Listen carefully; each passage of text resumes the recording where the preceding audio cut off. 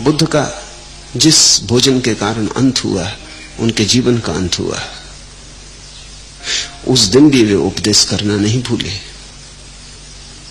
आखिरी भोजन जो उन्होंने किया वो विषाक्त था। जिसने बुलाया था वो बहुत गरीब आदमी था। इतना गरीब आदमी था कि बाजार से हरी सब्जियां भी खरीद नहीं सकता था। तो बिहार में गरीब आदमी कुकुरमुत्ते सुखा के रख लेते, उनको फिर गीला करके सब्जी बना लेते।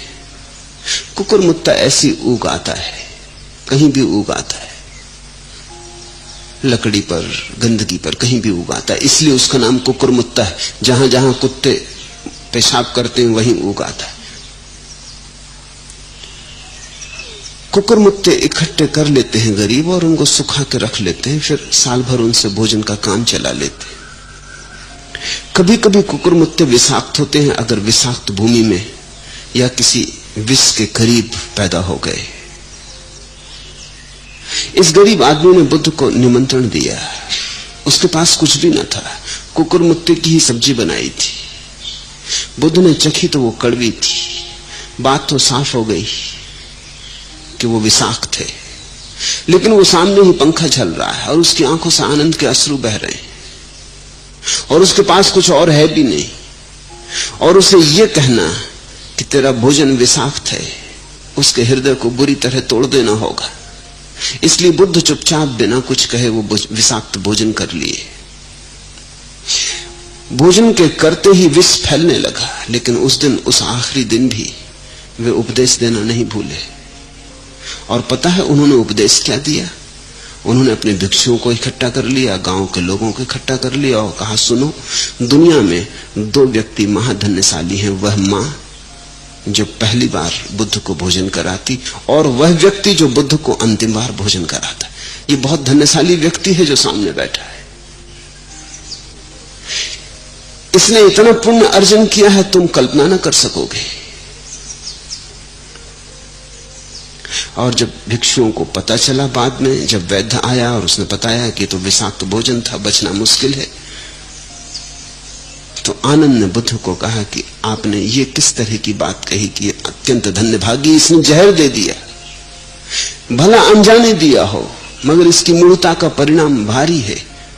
बुद्ध ने कहा, इसलिए मैंने कहा, अन्यथा मेरे मर जाने के बाद तुम पागल हो जाते, उसे मार डालते। उसकी पूजा करना, क्योंकि अंतिम जिससे भोजन ग्रहण किया बुद्ध ने वो उतना ही धन्यभागी है जितना जिससे प्रथम किया। ये दो भोजन, पहला और अंतिम, तुम उसकी पूजा करना। आनंद उसने तो प्रेम से दिया है, प्रेम से दिया गया जहर भी अमृत है और अप्रेम से दिया गया अमृत भी जहर है। प्रेम से मौत भी आ जाए तो महाजीवन के द्वार खुलते हैं और अप्रेम से जीवन भी बढ़ता चला जाए तो राख ही राख हाथ लगती है। तुम उसका प्रेम देखो, जो हुआ है वो बात तो गौण है। और फिर कौन यहां सदा जीने को आया है? किसी दिन तो मरता है, मरना तो निश्चित था, मरना तो होने ही वाला था। इस आदमी का कोई कसूर नहीं, ये तो निमित्त मात्र है। फिर मैं देखो बूढ़ा भी हो गया। बुद्ध ने कहा, अच्छा ही है कि अब विदा हो जाऊं, अब इस देह को और खींचना कठिन भी होता जाता है।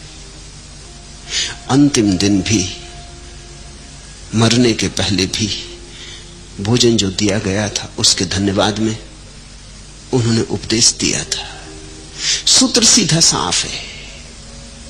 तुम इतने प्रेम से बुला के भोजन दिए हो बुद्ध को, वे तुम्हारे भीतर अगर अपना सारा प्रेम उंडेल दे तो कुछ आश्चर्य नहीं। और उनका प्रेम एक ही अर्थ रखता है कि सोया जाग जाए, कि अंधेरे में दिया जले, कि जहां अनंत अनंत जन्मों की दुर्गंध है वहां थोड़ी सी सुवास आत्मा की फैल जाए।